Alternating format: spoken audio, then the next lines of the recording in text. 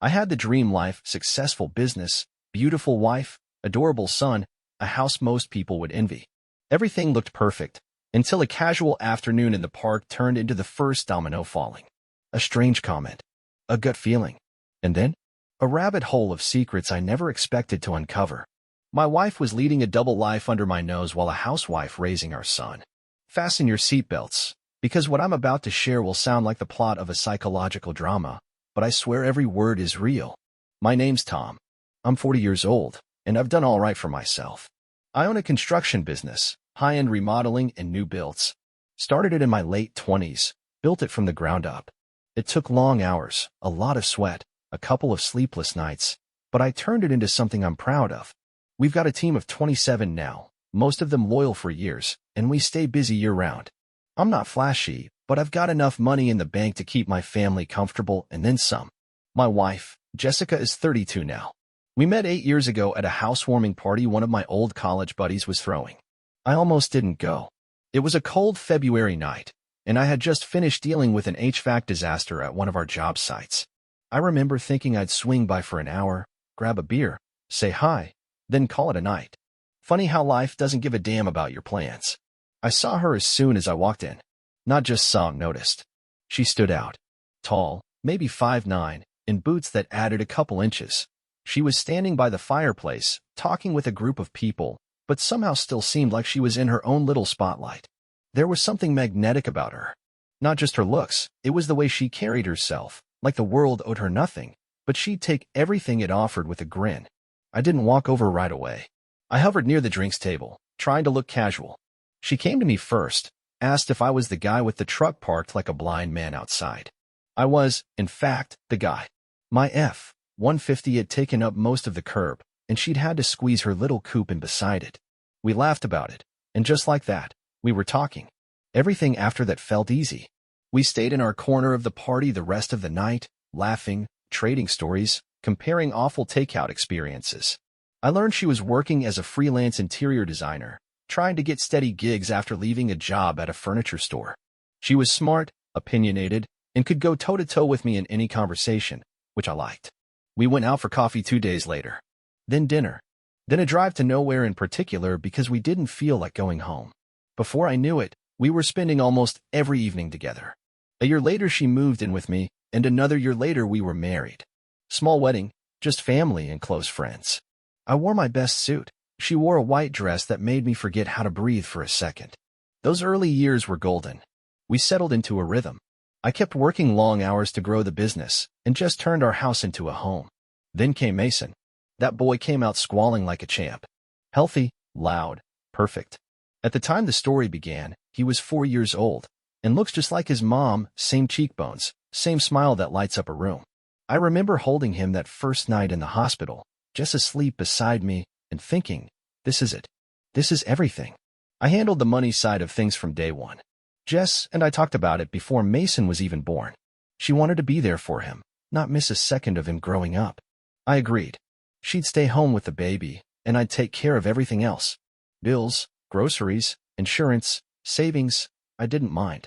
Honestly, I felt proud to provide. She was great in the beginning. She kept the house spotless, always had dinner ready even if it was something simple, and she doted on Mason like he was a little prince. She was tired, sure, any new mom is, but she handled it with grace. I'd get home from a 12-hour shift, sweaty and sore, and she'd greet me with a smile and a hug, Mason squealing from his bouncer in the living room. I felt lucky. No, more than that, I felt chosen. Like I'd found the rare kind of love people write songs about. I didn't notice the small changes at first.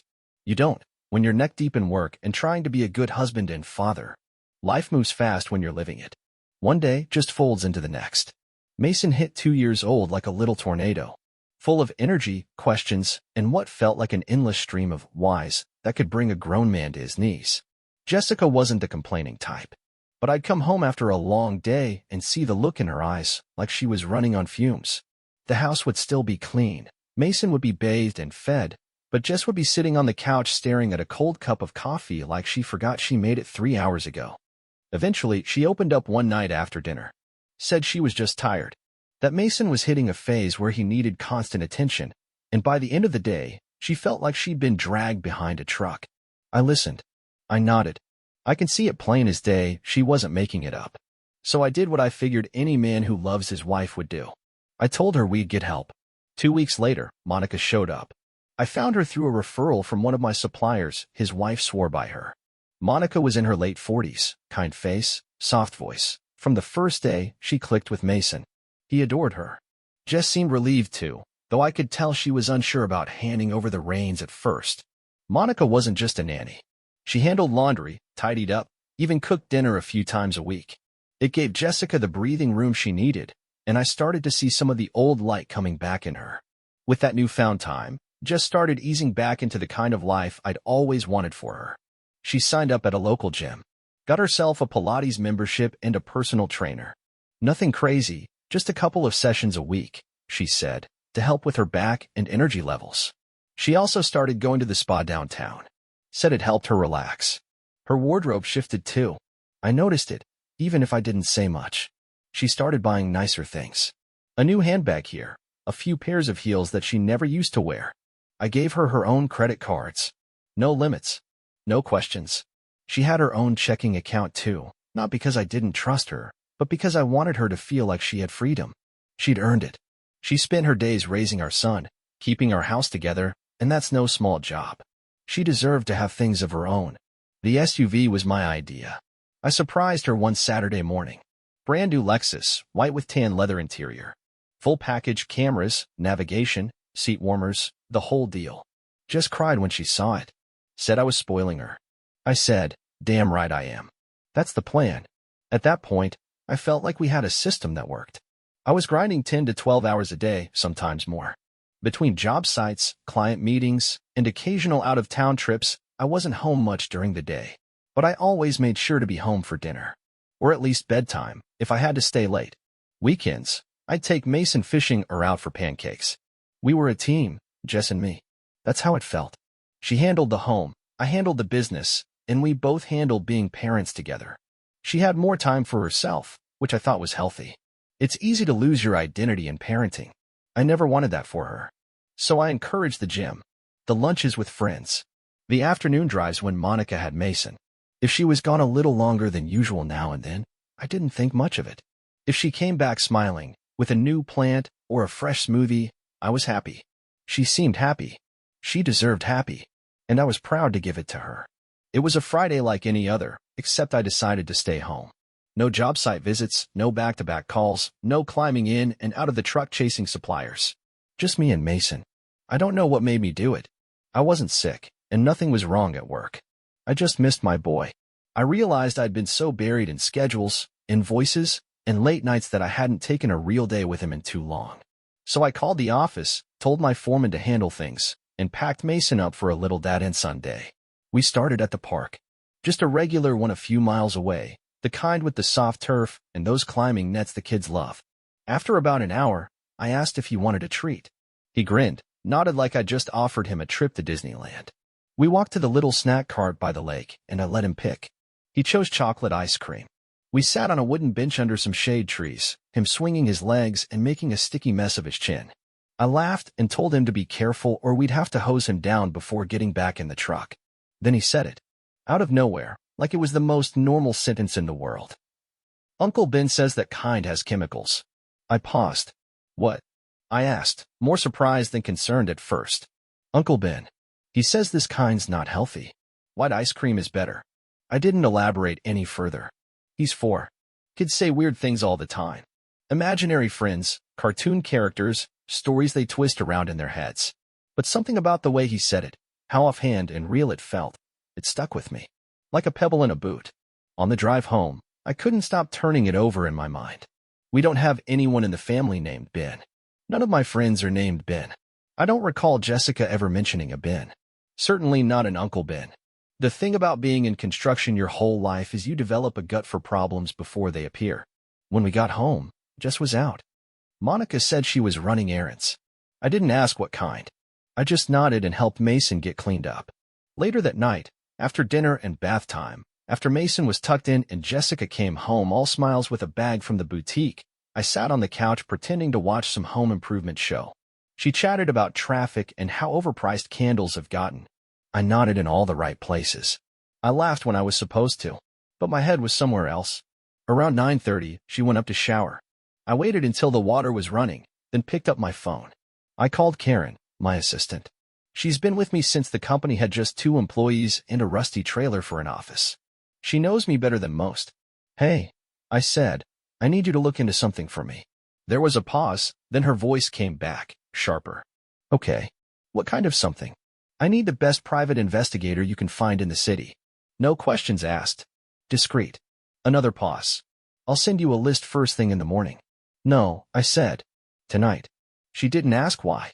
She just said, give me 20 minutes. 20 minutes later, I had a name, a number, and a solid recommendation. Former law enforcement, discreet, good with surveillance. I called, left a voicemail, and by the next afternoon, we were meeting in the back booth of a diner. His name was Dave. Balding, stocky, had that quiet way of speaking that makes you lean in. I brought a folder with Jessica's photo, her schedule, license plate, usual errands, and the places she liked to go. Gave him a check big enough to cover a month's worth of work. No budget limit. I told him I wanted daily updates, photos, locations, timestamps. I didn't care how routine it looked. I wanted it all. He asked, are you sure you want to go through with this? I looked him in the eye and said, just do the job. That night, I came home, kissed Jessica on the cheek, and told her I had an early day tomorrow. She smiled, leaned into me, and said she'd make pancakes in the morning. I smiled back. And then I waited. Dave didn't waste time. That's one thing I appreciated about him. No nonsense, no fluff. Just results. 2 days after our meeting at the diner, I got the first update. A few photos. Nothing explosive yet, just Jessica getting into her SUV, parking near a cafe on the other side of town, walking inside, sitting by the window. A day later, he was no longer alone. The man was tall, athletic-looking. Dark hair, clean-shaven. Maybe mid to late 30s.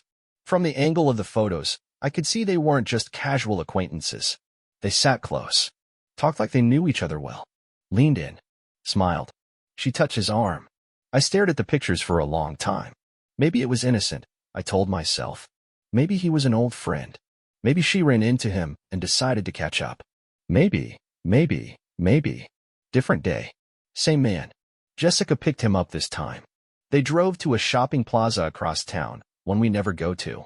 Walked together. He carried her bag. They stopped for coffee. They laughed. She reached for his hand. This wasn't a coincidence. This wasn't innocent. Still, I didn't say anything. I kissed her goodbye the next morning like I always did. I held Mason in my arms and told him I'd be home for dinner. I acted normal, even though my stomach was doing somersaults and my mind was running laps I couldn't slow down. Each day Dave sent more. Photos, short clips, a couple timestamps. One video showed them sitting on a park bench while she leaned against him, his arm around her shoulder, her head on his chest. I watched that one twice, just to be sure I was seeing it right. Then came the hotel. They didn't go in like strangers. They went in like a couple. No bags. No briefcases. Just her purse and his phone in hand. They stayed for about an hour. Came out walking slower than they went in. He touched her lower back as they walked to the car. She smiled up at him, carefree. That was the moment my heart really dropped. Like something had been pulled out of my chest and replaced with a block of lead. I wasn't surprised, not exactly. But it still hit me hard. Seeing it was different than suspecting it.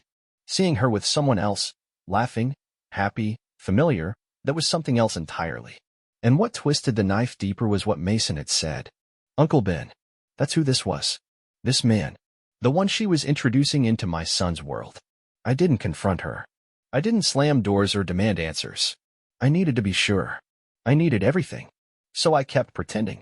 Every morning, I'd wake up, make my coffee, kiss her on the cheek. I'd ask how her day looked. She'd tell me she was running errands or going to the gym. I'd nod and say, sounds good, babe. Meanwhile, Dave was out there tracking, recording, documenting everything. 2 or 3 times a week. That's how often she met him.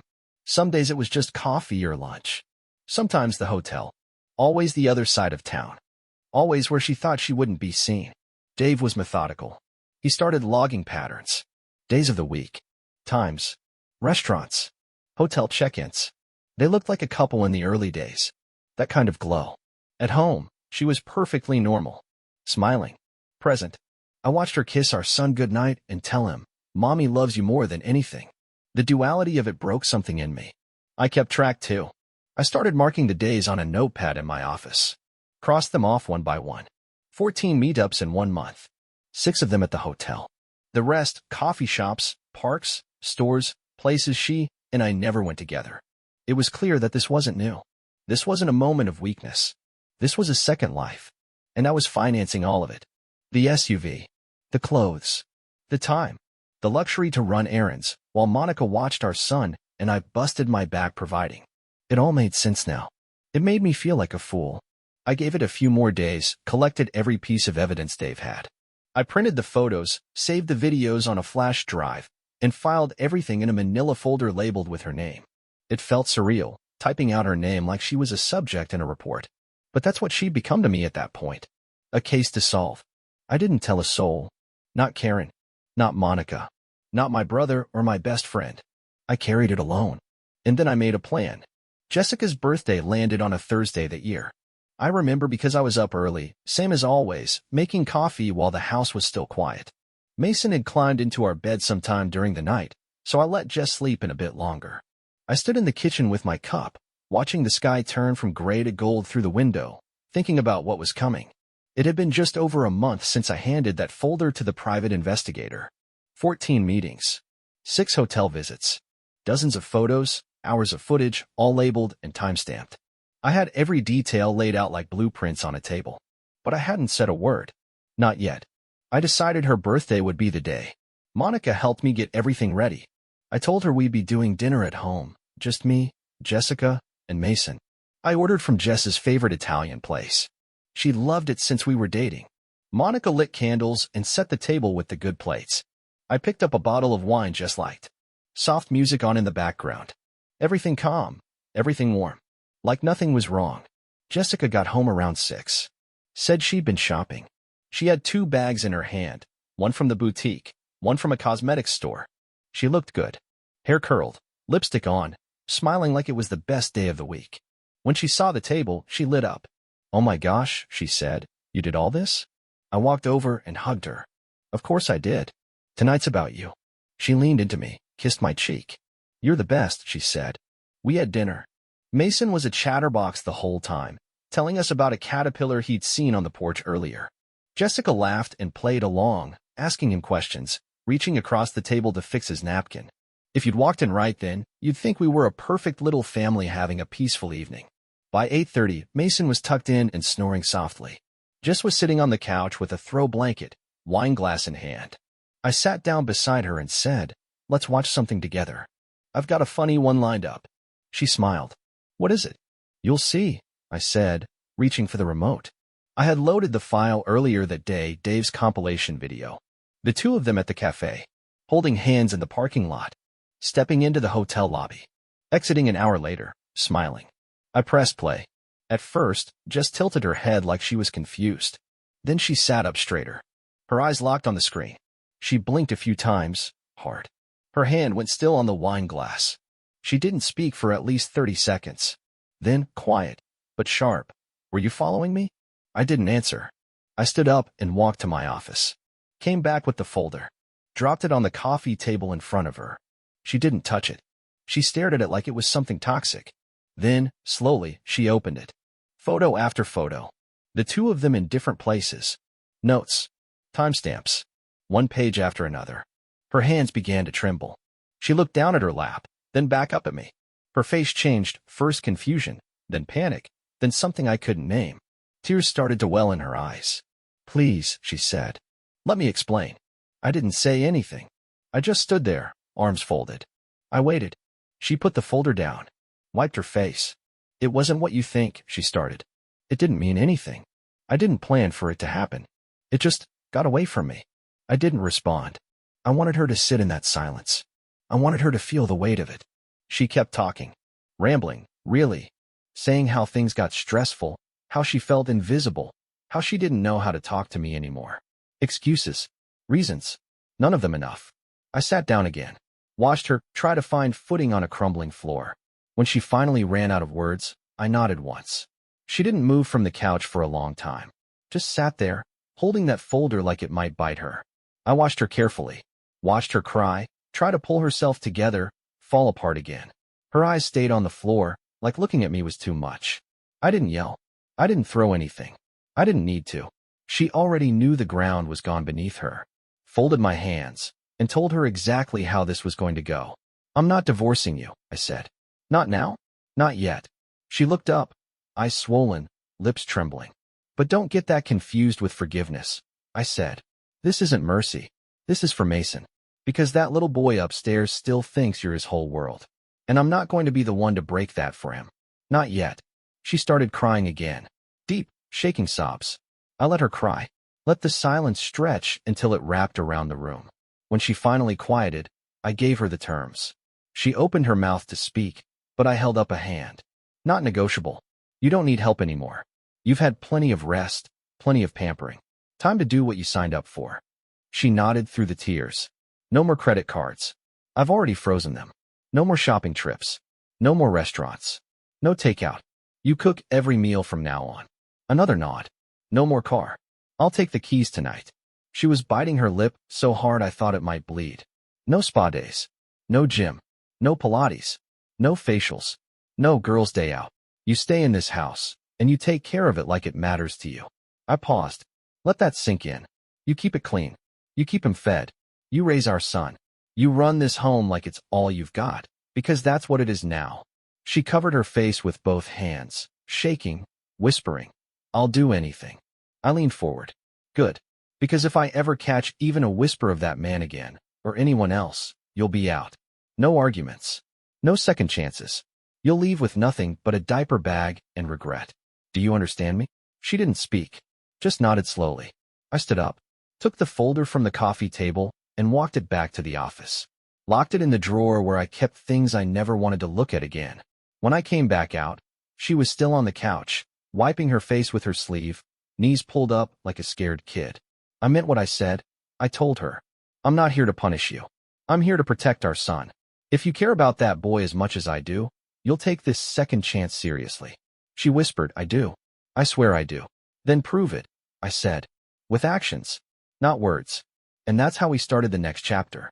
The next morning, I woke up early, called Monica into the kitchen, and let her go. She was surprised, but didn't ask many questions. She said she understood, gave me a polite smile, and left her key on the counter.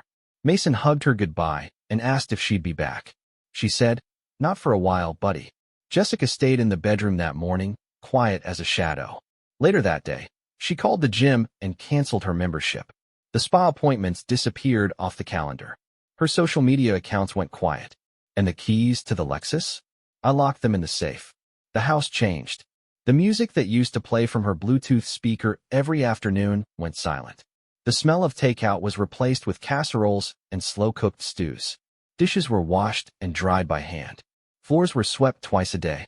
Mason's toys stayed organized. Laundry was folded and put away instead of piling up on the chairs. She stopped wearing perfume, started wearing sweatshirts. Her hair was up most days, and her hands got a little rougher from all the cleaning. But she was present. For me. For Mason. For the first time in a long while, I could feel her trying. And I kept my distance. I wasn't cold. I was never cruel. But I wasn't soft either. I needed time to watch, to see if the woman I married was still somewhere inside the one who betrayed me. I didn't know what would happen in the months ahead. I didn't have a roadmap. All I had was this new arrangement. Strict, clear, earned, not gifted. She had to rebuild from the ground up. And I had to see if I could ever really trust her again. A month went by. 30 days of Jessica doing everything she was supposed to do. Cooking meals 3 times a day, keeping the house clean top to bottom, folding every piece of laundry, even organizing Mason's toys by size and color. She didn't complain once. She kept herself busy. No spa appointments. No gym trips. No lunches with the girls. If she left the house, it was to buy groceries or to take Mason to the park. She was always back before dinner. She kept her phone in plain sight, left it out in the open like she had nothing to hide. She didn't lock it. Didn't even put it on silent. Not once did I catch her acting nervous when it buzzed. Most days, she looked tired. Not worn out like before, but drained in a different way. Like someone carrying something heavy on the inside. Her eyes were red in the mornings, like she'd cried herself to sleep, but she kept going. I won't lie. Some nights I couldn't even sit beside her. I'd finish dinner and go straight to the garage or the office. Pretend I was busy just so I didn't have to feel the silence between us. I wasn't ready to forgive. Wasn't even ready to talk. But I couldn't get past the thought of Mason. He was only 4. All he saw was his mom and dad, still under the same roof. Still tucking him in at night. Still kissing him good morning. He didn't know about the lies. That's when I decided to test her again. I called Dave, the PI, the same one who found everything the first time. I want you to watch her again, I told him. Same thing. 1 month. Full coverage. He didn't ask questions. Just said, understood, and got to work. It felt strange hiring him again, not because I didn't believe her, but because part of me wanted to. I wanted to be wrong. I wanted Dave to tell me she was boring, predictable, as clean as a preacher's Sunday morning. And for the next month, that's exactly what he told me. The reports came in just like before. Photos. Notes. Timestamps. But this time, there was nothing suspicious. She went to the grocery store twice a week. Picked Mason up from a play date at a neighbor's house. Drove to the library with him once. Walked around the block with the stroller on a warm afternoon. Stopped to chat with a few moms from the neighborhood. No strange detours. No hotels. No coffee dates. No second phone. No secret meetups. I didn't say anything to her when the month ended. I didn't tell her I'd hired Dave again. I didn't even mention the reports. But something changed in me. Not all at once. It was slow. Like the first day of spring after a long winter. You don't trust the sun, but you notice it's there. You don't take off your coat, but you leave it unzipped. She started humming again when she cleaned. She told Mason stories in the bathtub that made him laugh so hard he hiccuped. She baked cookies for the first time in over a year and left a warm one on my desk with a note that said, "Thank you for letting me try." I didn't touch the cookie, but I read that note more than once. I still wasn't sure what came next. I didn't have a plan beyond that point. But for the first time since everything fell apart, I didn't feel like I was bracing for impact. And that, for me, was a start. Time has a strange way of dulling things, not erasing them, just softening the edges. That first year after everything happened, I was carrying it all with clenched fists. Hurt, pride, anger, things I didn't even have names for. But I held on. For Mason. For my own sense of control. Somewhere along the line, I started letting go. Not all at once. Not because she asked me to. Just slowly. Naturally. Like the way you stop noticing a scar until someone points it out. I started seeing her differently. I still had doubts. They didn't just vanish. But I watched her. Closely. The way she paid attention to Mason's stories. The way she tucked him in and whispered prayers over his head when she thought I wasn't listening. The way she started putting her phone face up on the counter, like she wanted me to see there was nothing there. The way she stopped hiding. From me. From herself. Mason kept growing, fast as kids do. Through it all, she was right there. Present. Loving. Constant. And eventually, so was I. It took time, but the silence between us started to change. It stopped feeling cold. Stopped feeling like a wall. We started sharing meals again, not just eating, but talking. I caught myself laughing at her jokes again. She smiled more. Her eyes came back to life. Little by little, the pieces that had been scattered started to fit again. It wasn't perfect, but it was real. For years later, we had our daughter, Emily. I wasn't sure I wanted another child. I told myself that part of our life was done. But Jess brought it up gently, without pressure. And when the timing felt right, we tried. We still live in the same house. The garden's bigger now. Jess planted lavender along the fence line, says it keeps her calm. Mason is 8, tall for his age, always outside kicking a soccer ball or building something out of sticks. Sometimes, when it's quiet, I sit on the back porch with a cup of coffee and just watch them through the window. Jess in the kitchen with Emily on her hip, Mason at the table with homework. It looks ordinary. Like any family on any street in America. But I know what it took to get here. I know the fire we walked through. And sometimes, I wonder, what if I'd asked Mason one more question that day at the park? What if I'd pulled at that thread sooner? Or what if I hadn't? What if I'd ignored it, shrugged it off like a harmless comment? What if I confronted her too early? What if I'd left? What if I'd walked away that night instead of laying out the terms? I think about it more than I probably should. But then I watch Jessica kiss our kids goodnight. I hear Mason laugh from the other room, see Emily run across the floor with a blanket cape trailing behind her. I feel the warmth in the house, the peace we rebuilt from the ground up, and I think, maybe the harder road was the right one. Maybe second chances don't always come wrapped in bows. And maybe that's what real forgiveness looks like. Not pretending it didn't happen. Just choosing, day after day, to keep going anyway. Share your thoughts in the comments. Would you be able to forgive your wife after cheating for the sake of your child? If you like the story, subscribe to the channel and give us a like.